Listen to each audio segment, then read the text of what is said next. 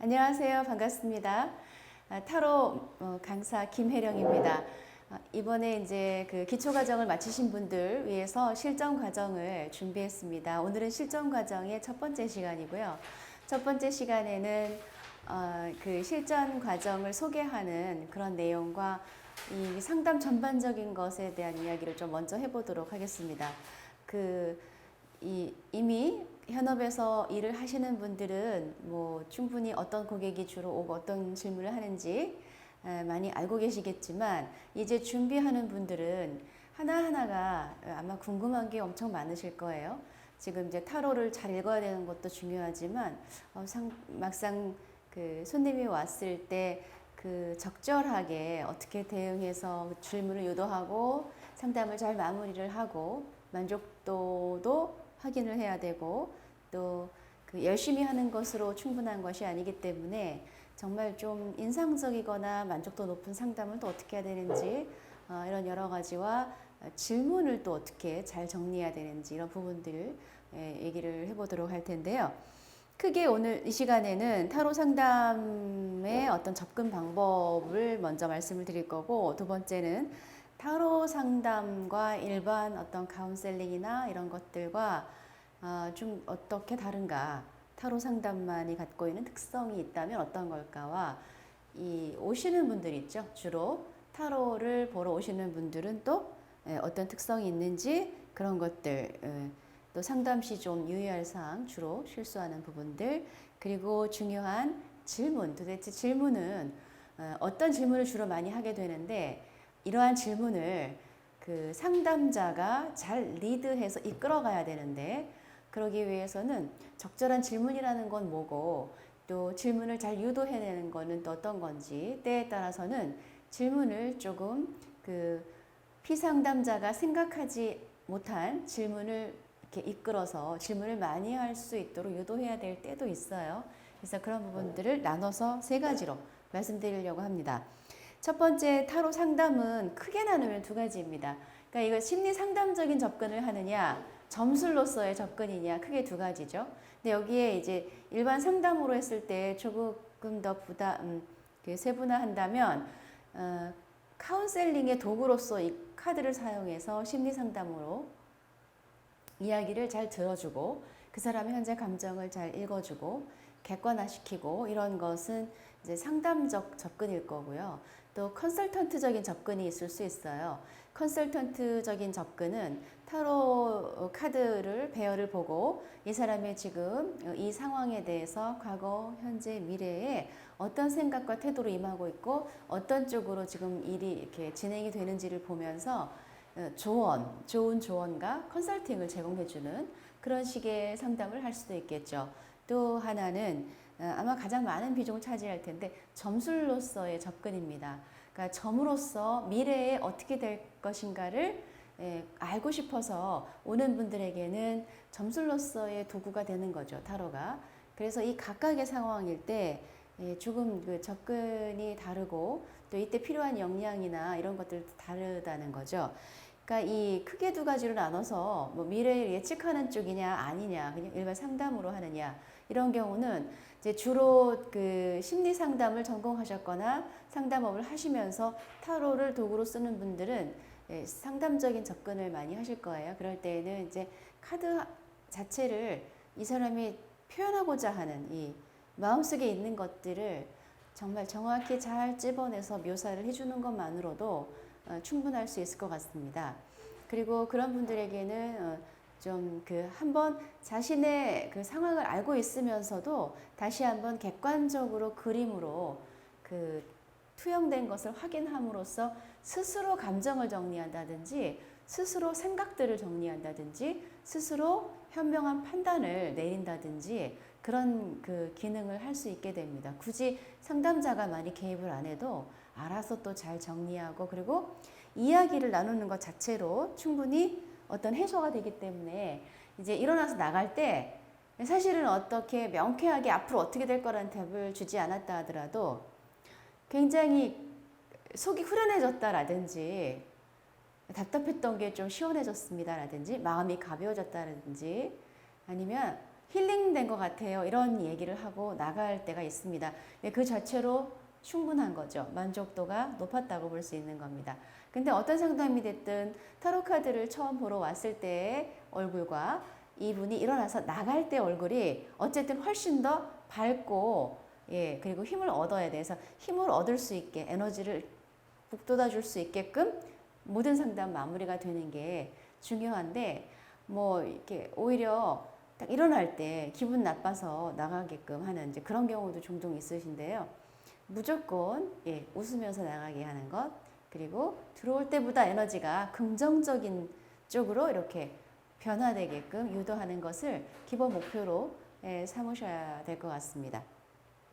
그리고 점술적인 부분에서는 예측률, 정확도가 아주 중요합니다. 그래서 여러분께서 정확도를 높일 수 있도록 많은 그 노력을 좀 해야 되고, 그러나 이것이 어느 날 갑자기 정확도가 딱 100%가 되는 게 아니라 어쩔 수 없이 우리는 어떤 단계를 거쳐가면서 점점 더 정확도가 높아지고 적중률이 높아지게 됩니다.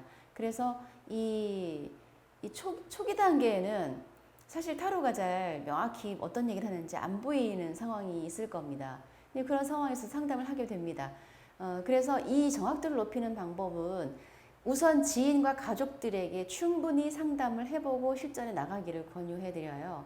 어느 정도 공부하다가 계속 공부를 할 수 없으니까 실전에 부딪혀보고 실전에서 해봐야 는다. 그래서 그냥 실전에 나가시는 것은 조금 위험하다고 생각되는 게 본인이 받는 스트레스가 좀 크고 또 상대방에 대한 또 예의도 아닌 것 같고, 그래서 300케이스 정도에서 500케이스 정도는 하고 가라 그래요.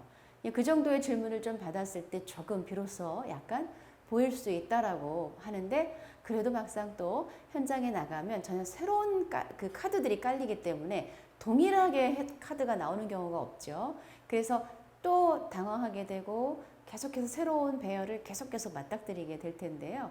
그렇기 때문에 최소 300에서 500건의 질문을 받고 가겠다라는 또 목표를 좀 정하셨으면 좋겠다라는 생각이 들고, 명확하든 명확하지 않든, 그런데 여러분이 일단 상담을 했을 때 상대방의 미래에 대해서 물어봤다면 틀리든 맞든 어떤 한쪽을 정해서 이렇게 된 것입니다 라고 얘기해 주셔야 돼요. 근데 이것도 아니고 저것도 아니고 두리뭉실하게 이렇게 이야기를 얼버무려서 상담을 마무리하는 것은 좀 문제가 있고요. 주로 이제 과거나 현재가 많이 나올 텐데 배열법의 선택에 따라 좀 다르지만 하여튼 대체로 그렇습니다. 과거에서 현재가 주로 많이 나오죠. 미래를 많이 물어본다 하더라도 미래 안 나올 때도 많고. 그렇게 되면 과거하고 현재만 읽고 그 다음에 어떤 결론이 없어요. 이러니까 내담자가 뭐라 그러냐면, 제가 아는 거 말고 제가 모르는 걸 좀 얘기해 주시면 안 되나요? 이런 얘기를 하고, 상담을 자기는 잘했다고 정확히 읽었다고 막 딱 끝을 냈는데 그 얘기가 전부 이미 일어났거나, 예, 이미 현재 상황에서 다 내담자가 인지하고 있는 상황만 얘기하다 보니 이렇게 듣고 나서 그런 얘기를 해요. 내가 모르는 얘기를 좀 해줬었더라면 좋았을 걸. 결국 제가 다 아는 얘기를 하셨네요. 이렇게 되거든요. 그래서 그 얘기가 틀리든 맞든 미래에 이럴 것이다 라는 얘기를 어쨌든 어느 쪽이든 확정지어서 이야기는 하는 화법이 조금 필요하고, 또 이렇게 얼버무리거나 애매하게 표현을 하면 상대방이 여러분의 실력에 대해서 바로 의심을 갖기 때문에, 그렇게 이제 좀 단호하게 말의 끝맺음을 하는 거, 그런 것이 좀 중요합니다. 어쩔 수 없으니까 우리는 뭐 신이 아니기 때문에 오래 해도 100%를 맞출 수는 없으니까 점점 근접해 나가는 거죠. 그렇게 생각을 하시고, 일단 이제 타로 상담만의 특성이 있다면 어떤 것일까 하는 거는, 타로 상담 같은 경우에 어떤 분들 이제 꼭 미래를 물어보지 않고 답답해서 그냥 상담해보고 싶다라고 이제 하는 경우도 있죠. 이제 상담 오시는 분들이 특성이 어떤 거냐면, 일단 굉장히 가슴이 답답하고 어떤 명확하게 미래 어떻게 될까를 어떤 예측이나 답안을 좀 답을 나오는 대로 좀 보고 싶어서 오는 분들이 있어요. 근데 이 경우에 상당히 심각할 때는 어떤 상황에 너무나 심하게 집착이 돼 있다든지, 예, 약간 우리가 봤을 때 대화를 해보면 살짝 좀 정상적이지 않은 그런 느낌을 느낀다든지, 예, 그리고 전혀 상대 얘기를 안 듣고 일방통행으로 소통한다든지 그런 분들도 많이 있으세요. 그래서 이런 경우에 있는 그대로 미래에 나오는 대로 얘기해 주기를 원하는 사람들이 있는가 하면 자기가 원하는 답이 안 나오면 계속 물어보고 계속 물어보고 장소를 옮겨가면서 사람을 바꿔가면서 계속 타로를 보는 경우가 있어요. 내가 듣고 싶은 말만 듣겠다라는 거죠. 예. 그래서 그런 경우는 여러분이 아무리 잘 맞추고 어떤 얘기를 해줘도 이 사람은 내가 원하는 대답이 안 나오면 상대방에 대해서 틀리다, 잘 못 본다 이렇게 얘기를 하고 나가요. 근데 그렇기 때문에 이제 이 경우에 여러분께서 이 사람에게 카드 나온 그대로 읽어줄 것이냐 아니면 그냥 조금 긍정적인 대답 쪽으로 조금 우회적으로 얘기할 것이냐 아니면 결과가 굉장히 안 좋지만 이 사람 표정을 보니까 너무 심각해서 약간의 선의의 거짓말을 해야 되는가 여러 가지 고민들이 생길 수 있는데 거기에 어떤 게 답이다라고 얘기하기가 좀 어렵고요. 결국 여러분의 개인적인 어떤 가치관에 따라서 판단을 하실 수밖에 없을 것 같아요. 그러니까 좀 잔인하더라도 있는 그대로 부정적이든 어쨌든 얘기하겠다 그런 식으로 타로를 보시는 분도 계시고 웬만하면 다 좋은 쪽으로 얘기하는 그런 분도 계시고요. 예. 근데 그게 어느 게 답이고 어느 게 옳다라고 얘기하기는 어려운데 사람에 따라서는 이제 그걸 구분하실 필요가 있습니다. 이제 특히 전화 상담 같은 경우에 특성이 전화 상담에서는 그렇게 뭐 좋은 얘기 해주고 돌려서 얘기하고 이렇게 하면 안 되고요. 대부분 명확하게 yes, no, 어떻게 될 것이다를 정확히 탁탁탁 찝어서 명쾌하게 얘기를 해줘야 되고 말도 길게 하시면 안 돼요. 친절하게 한다고 말 길게 하면 벌써 상대방은 짜증내거나 중간에 전화 끊어버리기도 하기 때문에 그리고 오해를 해요. 시간 끌기 위해서 이 상담사가 말을 이렇게 하는 게 아닌가. 왜냐하면 시간에 따라 돈이 계산되니까. 그래서 전화 상담 같은 경우에는 간결하게 그리고 빨리빨리 리딩이 돼야 되고요. 그리고 명확해야 돼요. yes면 yes, no면 no 딱딱 답을 명쾌하게 노선을 정해서 주셔야 되는 방법이 있고 대면에서 상담할 때는 상대방을 딱 보셔서 분위기에 따라서 이 사람한테는 지금 조금 좋은 얘기를 해줘서 위안을 갖게끔 아니면 좀 용기를 얻게끔 하는 게 필요하다라고 느꼈을 때는 약간의 좀 우회적으로 표현하는 것도 필요할 것 같습니다. 그러니까 상담의 방향도 지금 내담자의 성향이나 내담자의 상태에 따라서 조금 달라질 수 있어요. 근데 모든 타로 상담하러 오시는 분이 정확히 쪽집게처럼 찝어내는 걸 원하는 건 아니에요. 근데 일부는 완전히 뭐랄까 무당처럼 찝어내는 것을 원하는 사람들이 있어요. 예. 그래서 이런 경우에는 그런 부분을 충족을 시켜줘야 됩니다. 이런 사람에게는 전화 상담이 아니더라도 말 길게 하시면 안 되고요. 그 다음에 그냥 상담받고 싶어서 오는 분들이 있어요. 예. 답답해서 그냥 얘기함으로써 그냥 대화 자체를 함으로써 좀 풀고 싶어서라는 그런 경우가 있고요. 그리고 특별히 궁금하거나 심각한 문제가 없는데 그냥 한번 전반적인 걸 보고 싶어서 그래서 전반적인 상담 또는 상담을 보통 주제별로 보잖아요. 연애나 뭐 직장이나 이렇게. 근데 토탈 상담을 받겠다고 하는 분이 계세요. 종합 상담 보통 그렇게 표현하죠.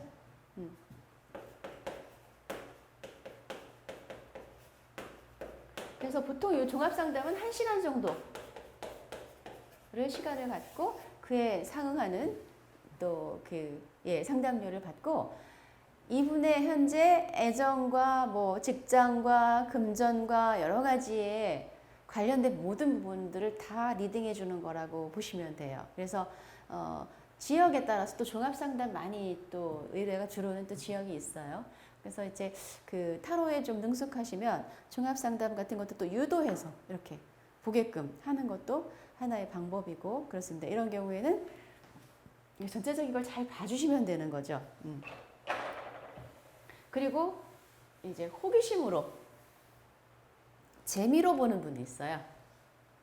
놀이 삼아서 놀이로 아니면은 좀 호기심으로 한 번도 안 봤는데 이게 어떤 건지 또는 연인끼리 올 때 있죠. 연인끼리 올 때도 약간은 연인이 지금 너무 상황이 심각해서 둘이 어떻게 될까 온 게 아니라 특히 상황이 심각해서 정말 헤어져야 되느냐 말아야 되느냐 라고 할 때는 절대 연인이 같이 오지 않아요. 한 사람이 와서 물어보죠. 남자든 여자든. 그런데 연인이 같이 들어올 때는 별로 둘 관계가 심각한 게 아니라 우리 한번 타로 한번 볼까? 우리 어떻게 될지 볼까? 재미삼아서 아니면 만난 첫날 오는 경우 있어요. 뭐 미팅해서 소개팅해서 첫날 타로 샵에 온다든지 한두 번 만나고 초기 단계에 같이 온다든지 이럴 때는 이 사람들은 이게 하나의 데이트 코스일 수 있어요. 그러면 이 경우는 어떤 게 중요할까요? 이렇게 연인이 같이 왔는데 여기에다가 막 엄청 심각한 이야기나 얼마 있으면 헤어질 거라는 그런 카드 나온다 하더라도 그런 건 조금 한번 생각해 보실 필요가 있고요. 이때는 중요한 게 재밌게 상담해 주시는 게 굉장히 중요해요. 상담을 들으면서 계속 웃을 수 있게 해주셔야 돼요. 그러려면 똑같은 표현이라도 재미있는 표현, 웃기는 게 좀 유머 감각이 있는 그런 표현을 하실 수 있다면 이 타로 상담하는 시간 자체를 경험하는 거죠. 그 경험을 유쾌한 경험이라는 기억으로 남겨주실 수 있다면 상담 성공이고 그 다음에 또 온다든지 그 상담 되게 재밌었다. 그런 만족도가 되게 높은 거예요. 그래서 이런 경우에는 좀 유머와 재미를 주는 게 좋은 상담이 될 수 있을 것 같고요. 나머지는 사실은 사업이나 이런 거에서 직장 이직, 뭐 사업 이런 거 얘기하는데 재밌게 해주는 게 지금 그 중요한 게 아니잖아요. 그래서 그때는 좀 목표가 달라지겠죠. 그래서 이렇게 뭐 대략적으로 보실 수가 있고요. 어떤 결정을 해야 되는데 이쪽을 해야 될지 저쪽을 해야 될지 고민된다 그래서 타로 상담을 오셔가지고 그 결정을 어떻게 하는 것이 좋을지를 이렇게 또 질문하는 경우가 있습니다. 근데 이 타로 상담에서 그 내담자의 특성이 심리적으로나 스트레스가 굉장히 극도에 달해서 굉장히 힘들 때 많이 오세요. 그래서 안 좋은 상황일 때 오시는 경우는 좀 많지 않고 종합상담 같은 거 받으러 오시는 분들은 어떨까요? 그렇게 심각한 상황이어서 오는 거는 또 아니죠. 그럴 때는. 그렇지만 대체적으로는 많이 힘들고 스트레스가 어느 정도가 아니라 심할 때 오고 너무 많이 힘들어서 이제 어떻게 할 수가 없어서 오는 경우가 많다라는 거. 그러니까 내담자의 어떤 좀 심리적인 상태나 이런 것들이 일단 불안정하다든지 좀 이미 예민해져 있다든지 그런 상황에서 오실 수 있다는 거를 생각을 하시고 그분들의 이제 에너지에 민감하게 반응을 하게 되면 여러분이 굉장히 힘드시거든요. 그러니까 어떤 상태에서 오더라도 이렇게 느긋하고 편안하게 대해 주셔서 나하고 앉아 있는 것 자체로 이렇게 조금 마음을 좀 편안하게 이완되게 할 수 있는 그런 분위기를 연출하시는 분들이 또 고객이 많아요. 그리고 또 비즈니스로서의 타로 상담으로 생각했을 때는 이거는 이제 여러분께서 개인적으로 오픈을 하든 어딘가에 취업을 하든 어쩔 수 없이 현실적으로 피할 수 없는 부분인데요. 여러분께서 좀 그 상담을 잘 한다고 하는 개념이 그냥 상담을 잘 해주고 잘 맞추는 것으로 중요한 게 아니라 일단은 어느 정도 상담료를 어느 정도 좀 받아낼 수 있는 능력이 좀 필요하시기 때문에 그런 쪽으로도 좀 신경을 쓰셔야 되거든요. 한 20-30분 내지는 거의 1시간 가까이 상담을 해주고 실제 상담료는 제대로 이제 그 질문 하나 정도의 금액을 받는다든지 이렇게 되면 좀 곤란하거든요. 그래서 시간도 적절하게 좀 끊어주셔야 되고 시간이 많이 지체가 되면 그에 따른 상담료가 질문이 한 가지라도 시간에 따라 상담료가 더 높아질 수 있습니다라는 이야기를 반드시 중간에 해주셔야 되고요. 상담 전에 금액에 대한 명확한 이야기를 하고 상담 들어가셔야 돼요. 그렇지 않으면 의외로 상담료 때문에 분쟁이 일어나거나 조금 언쟁이 일어나거나 불미스러운 일이 일어나는 경우가 많이 있기 때문에 그거 부분에 대해서는 굉장히 유의를 하셔야 돼요. 일단 앉으면 상담료가 이러이러합니다 라고 얘기를 하고 시간이 길어지면 이제 중간에 시간이 길어지고 자꾸 그 반복 질문 한다든지 그러면 이거 시간이 길어지면 비용 추가됩니다. 라고 예, 얘기를 하셔서 일정 시간 이상 지나면 그때는 이제 시간당의 상담료를 예, 받아주셔야 되는 게 맞죠. 예, 그리고 그 일은 일이니까요. 그 너무 이 상담료는 적게 받고 예, 모든 질문에 끝까지 답을 해준다든지 예, 그리고 추가적인 질문도 이제 어떻게 내담자들은 은근슬쩍 추가 질문 한두 개 더 해서 그냥 그 같은 상담료에 질문을 답을 들으려고 하는 경우가 있는데요. 그럴 때 명확하게 이건 질문이 추가되는 질문이고 지금 다른 주제로 넘어가기 때문에 비용 추가됩니다. 라고 명확하게 이야기를 하시고 받으시고 그리고 좀 잘하는 선생님들한테 가서 비용을 내고 상담 받아보시는 걸 좀 많이 해보세요. 그러면 그런 분들은 좀 자연스럽게 질문을 유도를 해서 좀 동일한 시간을 상담하고 제대로 된 상담료를 받는 그런 스킬이 있으시거든요. 근데 그런 게 돼야 되고 굉장히 이제 시간과의 싸움이에요. 중요한 게 시간과 속도. 속도. 그러니까 대부분 타로샵이 1층에 위치하고 있고 사람 몰릴 때는 이렇게 두세 명 몰려 있고 옆에 기다리고 있어요.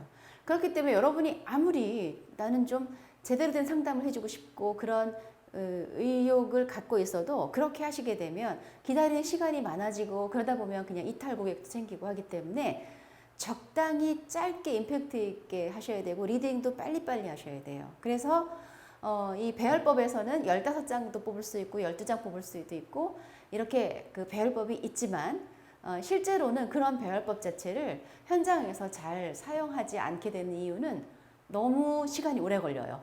이제 고객이 뽑는데도 시간이 오래 걸리고 그 한 장 한 장 읽는데도 시간이 오래 걸리고 그러다 보니까 상담 시간이 길어집니다. 그렇게 되면 비효율적이죠. 그래서 이제 그런 배열법을 잘 안 쓰게 되는 경우도 있고 또 상황에 따라서 굉장히 한가한 시간에 그럴 때는 좀 더 꼼꼼하게 봐주시지만 벌써 바쁜 시간 예측하시죠. 이미 한두 팀 기다리고 있을 때는 짧은 배열법으로 해서 빨리 간결하게 마무리를 해서 빨리 체인지 될 수 있게끔 그런 것들을 좀 순발력 있게 잘 해주시는 필요가 있어요. 그런 걸 잘하는 분이 일 잘하시는 거고요. 어쩔 수 없이 그런 부분을 여러분이 놓치시면 안 된다는 거죠. 그리고 또 이 가끔 고객 중에서는 카드를 많이 뽑잖아요. 그리고 얘기를 짧게 해주면 컴플레인을 해요. 왜 카드를 많이 뽑고 얘기는 조금밖에 안 해주냐 그래요. 근데 카드를 적게 뽑고 적게 얘기하면 애들이 할 말이 없잖아요. 적게 뽑았으니까. 근데 그런 컴플레인도 하고 또는 카드를 하나하나 다 읽어달라고 요청하는 고객들이 있어요. 이거는 무슨 뜻인데요? 이건 무슨 뜻인데요? 이거는 왜 안 읽으세요? 이렇게. 그렇기 때문에 그렇게 이제 많이 뽑았을 때 문제점들이 또 있어요. 그래서 시간을 충분히 갖고 아예 뭐 종합 상담이라든지 디테일하게 상담 받을 때는 조금 비용을 더 받고 그렇게 미리 얘기를 하고 그때 여러 장의 카드를 뽑는 게 더 좋죠. 예. 그래서 시간, 속도에 대한 것들 굉장히 중요합니다. 그 다음에 이제 상담하실 때 유의사항 하나를 말씀드리려고 하는데 상담할 때 중립적인 위치를 잘 지키셔야 돼요. 그러니까 상담에 어떤 내용이 나오든 상상을 초월하는 내용의 상담을 들을 수도 있고 여러분이 도저히 그 실제 삶에서 경험하지 못한 정말 상식적으로 이해가 안 가는 어떤 이야기를 들으실 수도 있습니다. 그런데 그 이야기에 대해서 판단과 평가를 하지 마시라는 거죠. 특히 도덕적 판단 같은 거 하시지 마시고요. 그런데 이런 경우 있어요. 이제 저 이 사람하고 뭐 누가 이 사람 소개시켜 준다고 하는데 이 사람을 만나는 게 좋을까요? 라는 질문을 받았는데 타로를 쭉 깔아보니까 제2의 남자 카드가 떠요. 이 내담자는 얘기하지 않았지만 카드에 나옵니다. 그럼 상담사가 남자가 또 있어요? 근데 이 남자 왜 만나려고 그래요? 이런 식으로 얘기하는 그 여성들이 있어요. 이런 식의 상담은 곤란합니다. 그런 가치 판단하시거나 충고하시거나 뭐 약간 그 꾸짖는 듯한 그런 이야기는 상담에서 하시면 안 돼요. 그냥 다른 지금 얘기하신 분 말고 좀 지금 사귀는 분이 있으신 것 같은데요? 이렇게 물어보고 그거에 대해서 그냥 객관적으로 리딩만 해주셔야 돼요. 예, 그리고 뭐 또 이제 그 뭐 불륜을 가지고 얘기하는 경우도 있을 거예요. 근데 그럴 때 뭐 이 사람을 뭐 이렇게 잘 얘기하고 타일러서 못하 이제 좀 그렇게 하시면 안 된다라든지 그런 이야기를 굳이 상담해서 하실 필요는 없고요. 타로 카드가 나온 대로만 읽어주시면 돼요. 둘이 이러이러하게 될 것 같다. 그리고 이러이런 점이 좀 조심하면 좋겠고 이랬으면 좋겠습니다라는 것을 철저하게 타로에 근거해서 리딩만 해주시라는 거죠. 근데 제가 많은 분들 가르쳐보고 수업을 해보면 자꾸 실수를 하는 게 뭐냐면 자신의 살아온 경험을 가지고 자신의 주관적 가치관을 가지고 얘기를 하세요. 그렇게 되면 카드를 뽑는 의미가 없어지거든요. 그냥 카드 나온 대로만 읽어주시면 됩니다. 그리고 만약 여러분이 상대가 너무 힘들어해서 이런 조언을 해주고 싶다는 생각이 든다면 그때에는 꼭 덧붙여서 얘기하세요. 사전에 전제 조건을 달아주세요. 저라면 이럴 때 이렇게 할 것 같습니다. 제 개인적인 생각을 조언을 드린다면 이렇습니다 라고 얘기를 명확히 해주시는 게 좋을 것 같고 저는 개인적으로 그런 걸 잘 안 하는 편입니다. 카드만 읽어주거든요.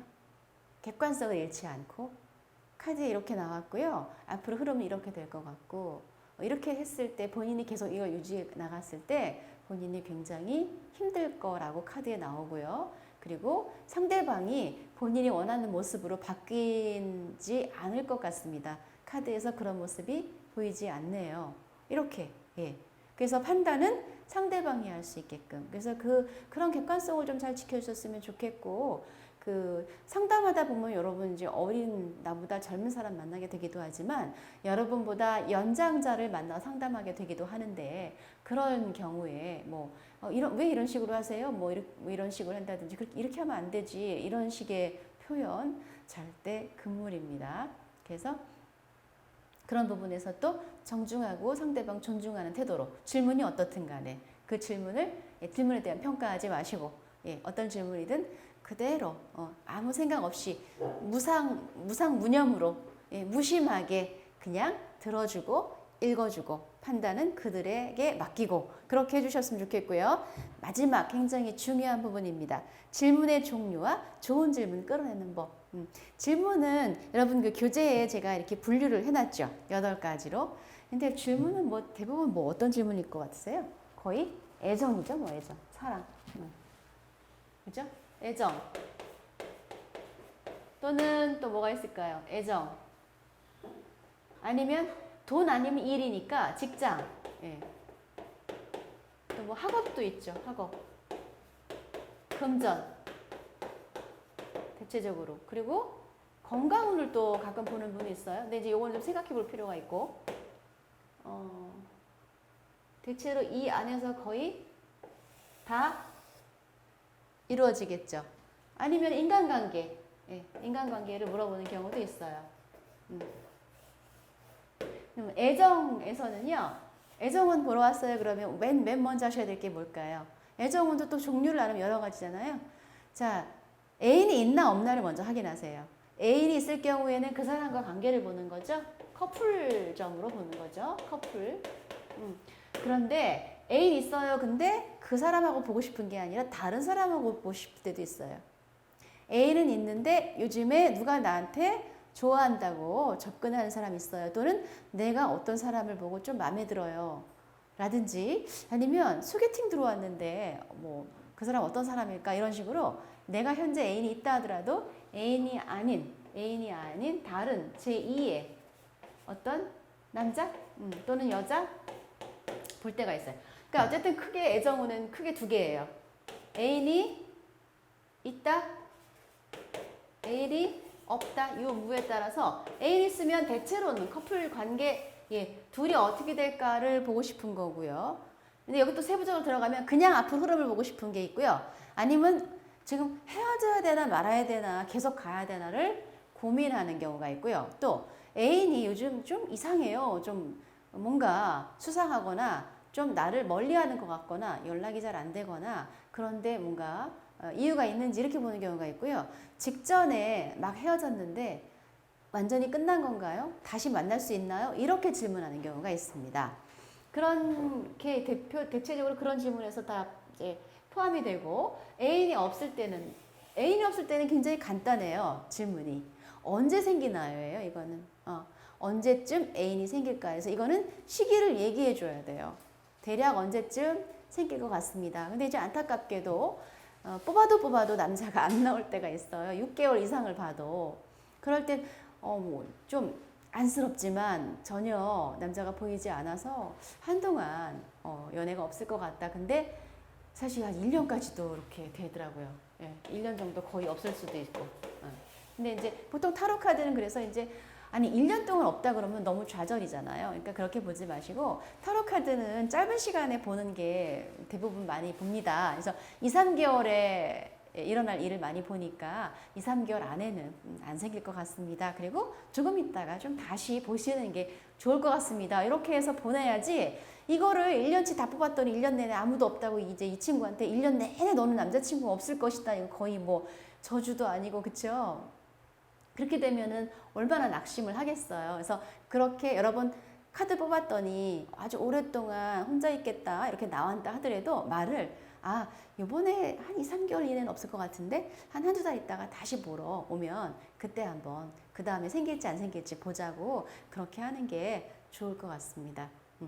그리고 이제 직장운은요. 직장운 보통 직장 안에서 이제 스트레스가 심할 때 오는데 뭐 인간관계 스트레스겠죠. 이거는 인간관계 뭐 상사 스트레스 이런 것 때문에 온다든지 아니면 부서 이동이요. 네. 부서 이동 또 근무지 이동.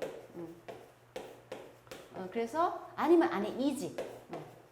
이직을 하는 게 중요해요. 또는 이거 직장에서 또 이제 그 전직이라고 하죠. 전직. 예, 전직. 아예 일을 바꾸려고 하는 거. 그다음에 적성. 예, 이 일이 내가 진짜 맞아서 계속 해야 될지 어쩔지 모르겠어요. 이런 질문들 많이 하게 됩니다.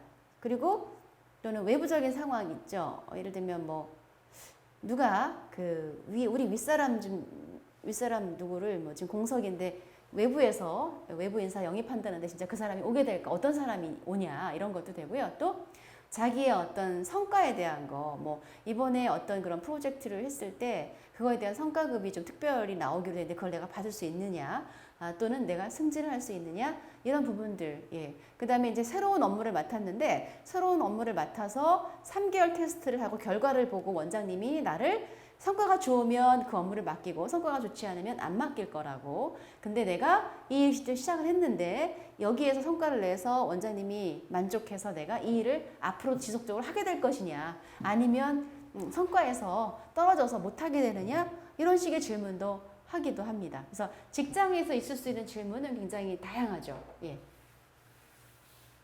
그렇게 보시고 학업 같은 경우에는 이제 유학 가는 거, 그렇죠? 유학 가는 거, 시기 같은 거 가는 게 좋을까?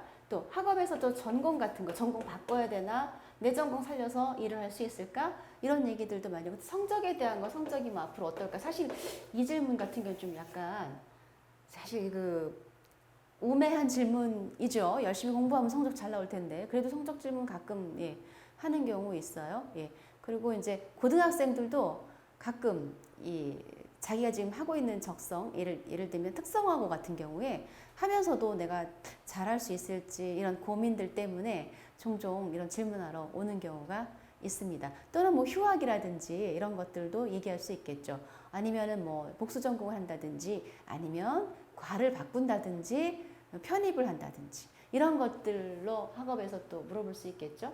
예, 그리고 이제 또 많은 부분이 금전과 사업이에요. 금전은 사업은. 사업 같은 경우에는 사업을 시작하기 전에 이 사업을 할까 말까를 물어볼 때가 있고 창업의 시기를 물어볼 때가 있고요. 창업을 막 했는데 앞으로 이 사업이 잘 될까를 물어볼 수 있겠죠. 아니면 현재 하는 사업에 어떤 중요한 이슈가 있을 때 수출을 하려고 하는데 이 수출건이 잘 계약이 이루어질까, 계약이 어떨까를 물어보는 경우가 있을 거고요. 그 다음에 뭐 우리가 어떤 회사와 제휴하기로 했는데 그 제휴가 이루어질 것이냐 아니냐 이런 거. 아니면 우리가 다른 회사로부터 선택을 받아야 되는 입장이면 우리가 그 회사의 파트너가 되느냐 아니냐 경쟁에서 이기느냐 이런 거, 그 다음에 내가 사업 파트너가 누구랑 하는 게 좋으냐 또는 동업, 어떤 사람이 동업을 하자고 하는데 동업을 하는 게 좋을까? 현재 동업하는 사람하고 계속 관계가 잘 유지가 될까? 어떨까? 이런 거를 물어볼 수 있겠죠. 그리고 이제 그 다음에 뭐예요? 금전운.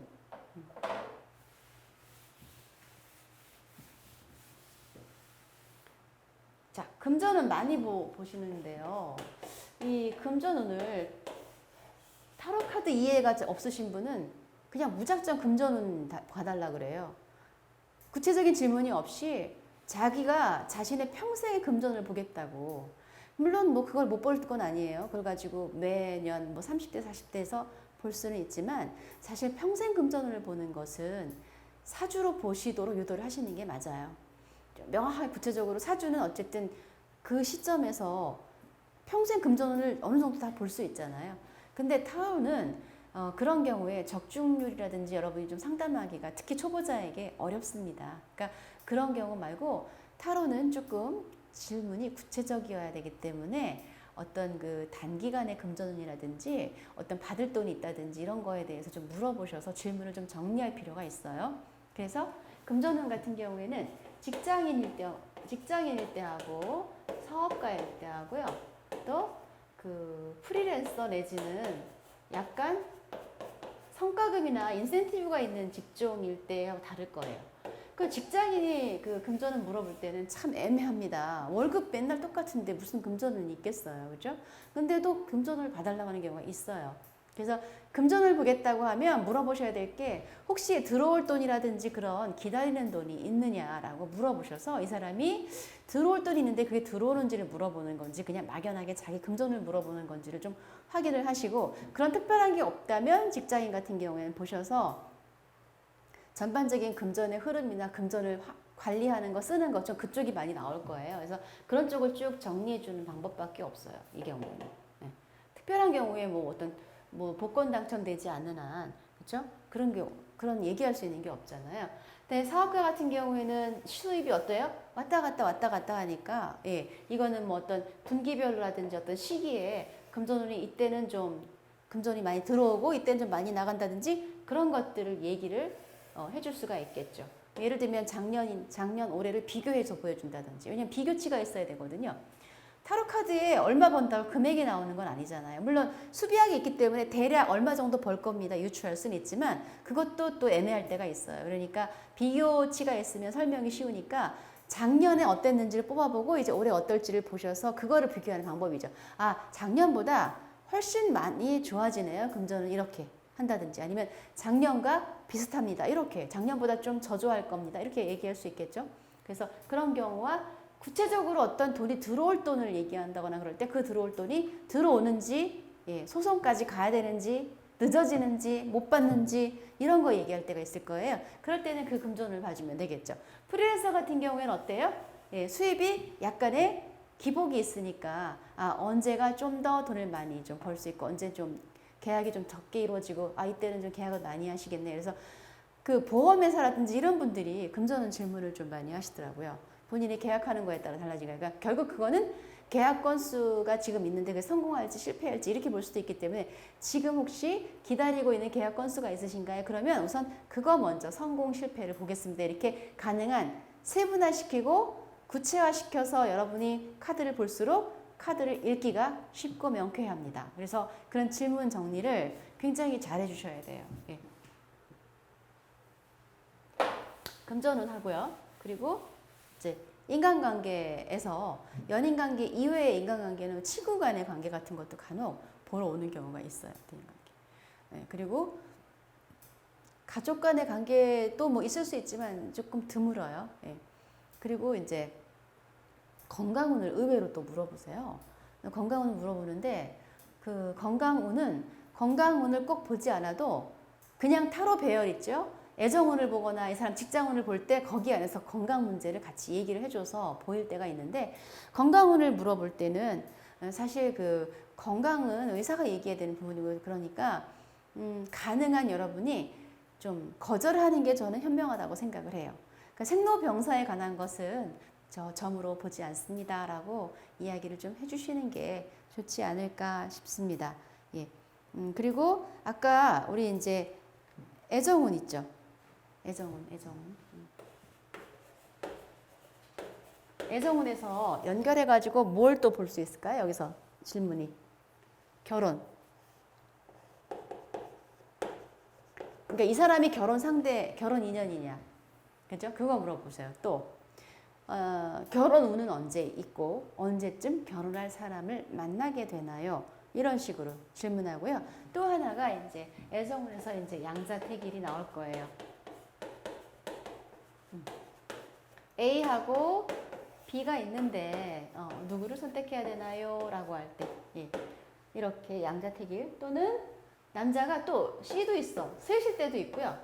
뭐 아니면 4명 가지고 볼 때도 있어요. 그러니까 이게 4명을 사귀는 게 아니라 동시에 4명이 이렇게 갑자기 몰려들 때가 있어요. 그러니까 한 명은 소개팅 받았고 근데 또 다른 사람이 또 소개팅 해주겠다고 그러고 또 한 명은 SNS에서 만났고 한 명은 학교에서 만났고 뭐 한 명은 직장에서 만나자 그러고 전부 이렇게 갑자기 남자가 없다가 확 몰려서 얘도 만나자 그러고 쟤도 만나자고 하니까 다 만날 수는 없고 그 중에서 좀 골라서 선택해서 만나야 되겠다 그럴 때 미리 타로를 보고 결정하는 경우가 있습니다. 그래서 이럴 때는 여러 명 양자가 아니라 다자죠. 다자가 되는데 그런 질문도 하기도 해요. 물론 양자택일은 뭐 학교 선택할 때, 전공 선택할 때, 이사할 때 이런 것도 다 이제 이쪽으로 가는 게 좋을까, 이쪽으로 가는 게 좋을까, 그죠? 이쪽 선택하는 게 좋을까, 이쪽 선택하는 게 좋을까 할 때 다 가능하죠. 그리고 기타 여기 지금 말씀 안 드린 거에서 기타로는 별별 질문이 다 많은데 애정운에서요. 제가 말씀 안 드린 게 있어요. 애정운에서 굉장히 많이 질문하는 거 상대의 마음 엄청 질문 많이 해요. 아니면 그 다음에 이제 관계가 이루어지지 않은 썸 타는 사람하고 이 사람하고 저희가 연인이 될 수 있을까요? 인연이 가능할까? 그리고 지금 썸 타는데 앞으로 어떨까? 이런 질문 많이 하고 상대의 마음에 대한 질문을 정말 많이 해요. 그 사람은 어떤 마음이에요? 그리고 요즘에는 또 아이들이 사람에 대한 이해 너무 이제 특이한 사람이 많다 보니까 젊은 친구들 질문 중에 근데 그 사람은 어떤 심리예요? 어떤 심리를 도대체 그렇게 행동하는 거예요? 남자 심리를 모르잖아요, 여자들이. 그러니까 그 질문을 엄청 많이 해요. 심리적인 거. 도대체 왜 그러는 건지, 그 행동이. 또는 어떤 생각하고 있는 건지, 어떤 마음을 갖고 있는 건지. 그러니까 이거 굉장히 많이 물어보는데 또 이 질문이 대답하기가 쉽지가 않은 질문이기도 해요. 고도로 좀 이렇게 좀 많이 좀 숙련이 돼야 되는데 왜냐하면 상대 마음 잘 안 나오고 뽑은 사람의 마음이 많이 투영이 돼서 그래서 이제 쉽지 않은데 질문을 많이 하는 거. 많이 하는 질문이고요. 사소하게는 뭐 지금 제가 문자를 보내면 괜찮을까요? 뭐 제가 연락을 하면 언제쯤 연락하는 게 좋을까요? 그래서 별별 질문을 다 받게 되죠. 그 다음에 또 하나 지금 말씀 안 드린 것 중에 많은 부분이 부동산 관련해서 질문이 나옵니다. 부동산. 실제 있잖아요. 이거 직업으로 가진 사람 있죠? 이쪽 일 하는 사람. 부동산 업종에 있는 사람. 뭐 경매. 또 뭐가 있을까요? 또 부동산 중개하는 사람? 그 다음에 어떤 사람들이 또 많이 오시냐면은, 그걸 뭐라 그러죠? 이렇게, 분양. 이런 분들 많이 오세요. 분양. 그러니까 분양을 하는데 여러 군데 중에서 어디로 가는 게 좋겠냐. 그리고 여기 가서 내가 어느 정도 수입을 올릴 수 있겠냐. 이런 질문 많이 해요. 이거는 직업적으로 하시는 분들의 질문이죠. 네, 사고 팔고. 근데 이제 내 부동산 문제가 있을 때, 예를 들면은 땅 사고 파는 거, 파는 게 좋을까요? 언제 팔릴까요? 내놓은 지 좀 됐는데 계약이 언제 이루어질까요? 어제 보고 온 사람 있는데 계약이 될까요? 내일 오겠다는 사람 있는데 이 사람 계약할까요? 이렇게. 땅, 그 다음에 집을 내놨는데 또는 집을 얻으려고 하는데 좋은 집이 안 나와요. 이사 언제 하는 게 좋을까요? 이거 이사하는 게 좋을까? 그냥 사는 게 좋을까? 좀 더 몇 년 있을까? 이런 거? 이사를 하기로 했는데 뭐 괜찮을까? 이런 거 이사를 하기로 했는데 우리가 집을 이제 계약하려고 딱 정했는데 정말 그 집이 괜찮은 집인가? 그러면 이제 의외로 생각지 못한 부분에 문제가 있거나 나중에 그 집에 이사 가서 골치 아픈 일이 생길 거 이런 거를 카드에서 미리 보여주기도 하죠. 그럴 때는 굉장히 유용한 정보가 될 수 있지 않을까 하는 생각이 듭니다. 그래서 대체로 지금 얘기한 거 안에서 질문이 다 이루어져요. 자, 그럼 좋지 않은 질문 있죠. 그러니까 아까 말씀드렸죠. 금전운이요. 그냥 평생 금전운 얘기해달라고. 그리고 또 제가 지금 연기지망생인데 뭐 언제쯤 큰 돈을 벌게 될까요? 이런 거 너무 막연해요. 근데 그렇게 질문해요. 왜냐하면 모든 질문이 다 가능하다고 생각을 해요. 그리고 또 좋지 않은 질문은 뭐 그 본인조차도 너무 생각이 정리가 안 돼서 이렇게 너무 그 막연한 상태에서 질문하는 거. 예를 들면 짝사랑을 하고 있는데 제가 사랑 고백을 하면 그 사람이 어떻게 받아들일까요? 이거는 그래도 조금 현실 가능성이 있는 질문이고요. 그죠? 내가 어떤 남자를 짝사랑하는데 우리 둘이 좀 가까워질 수 있는 인연이 있을까요? 이것까지도 애교로 봐줄 수 있는데 어떤 질문을 하냐면 제가 짝사랑하는 사람이 있는데 그 사람은 자기 존재를 모른대요. 근데 제가 언제쯤 그 남자와 스킨십을 할 수 있을까요? 뭐 이런 질문하는 친구 진짜 있어요. 이거 어떻게 뭐 관계가 형성이 돼야 스킨십을 논하죠. 그런 질문했을 때 잘 얘기해서 정신을 잘 가다듬게 해가지고 우선 그 사람하고 좀 인연이 있을 수 있는지 마주칠 기회가 있는지 이거부터 보자 이렇게 봐야 되죠.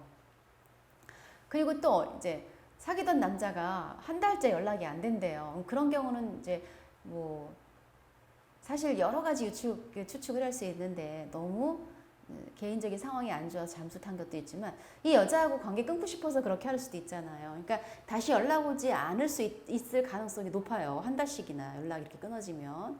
근데 다시 연락이 올까요? 이렇게 질문해야 정상인데 제가 다시 만나서 언제 결혼할 수 있을까요? 진짜 이렇게 질문하는 분이 계세요. 지금 연락 두절됐는데 지금 결혼을 물어봐. 그래서 의외로 좀 정신이 좀 없는 분들이 많으시고 여러분 들을 때 당황스러운 질문 많이 받으시는데요.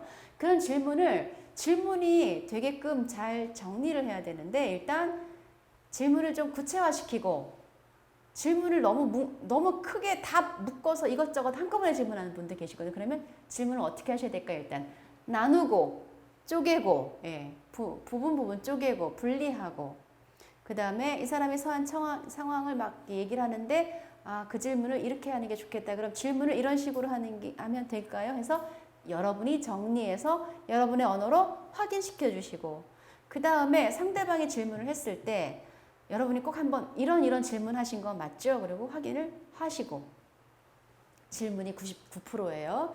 그렇게 잘 해서 가능한 구체적이면서 단기간에 시간을 잘라서 질문을 해서 봐주시고 그게 이제 적중률 높이는 방법 중에 하나입니다. 그러니까 그 부분만 좀 잘 하시면 되고 이제 무슨 질문해야 될지 모르는 분 있어요. 그냥 오신 분. 그러니까 보고는 싶은데 근데 어떤 걸 물어봐야 되지? 뭐 이러고 오히려 물어봐요. 뭘 질문해야 되나요?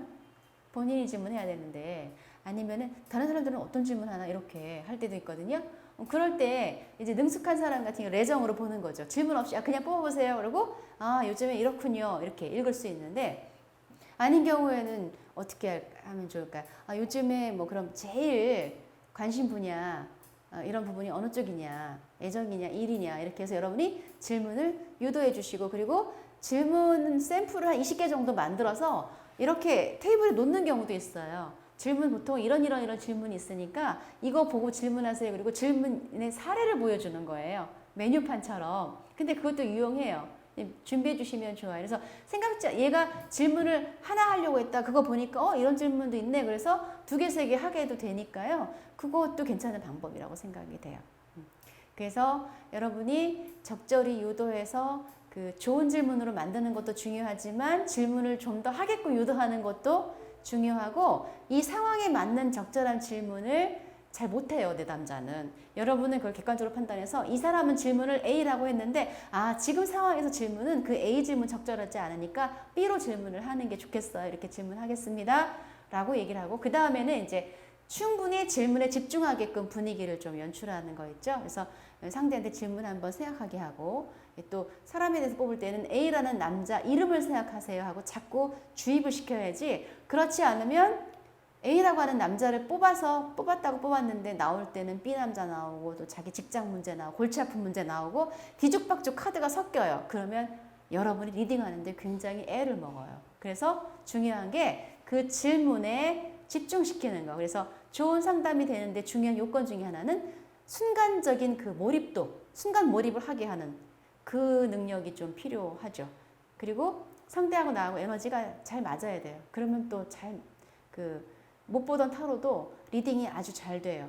그래서 그런 것들을 분위기를 연출하는 거, 그 다음에 언어적으로 약간 최면 언어를 써주는 거, 목소리라든지 이런 걸로 딱 여러분의 질문에 확 집중하게끔 작더라도 파워 있는 목소리, 작아도 카리스마 있는 목소리로 명확하게 그 순간에는 질문에만 집중하게끔 빨리 유도를 하시고 그렇게 해서 뽑아주셔서 그래서 이제 그런 걸 하는 거예요. 타로에 손을 얹으라고 잠깐 너 질문 잠깐 생각하라고 그런 이유가 질문에 집중하는 그 시간을 주는 거예요. 예.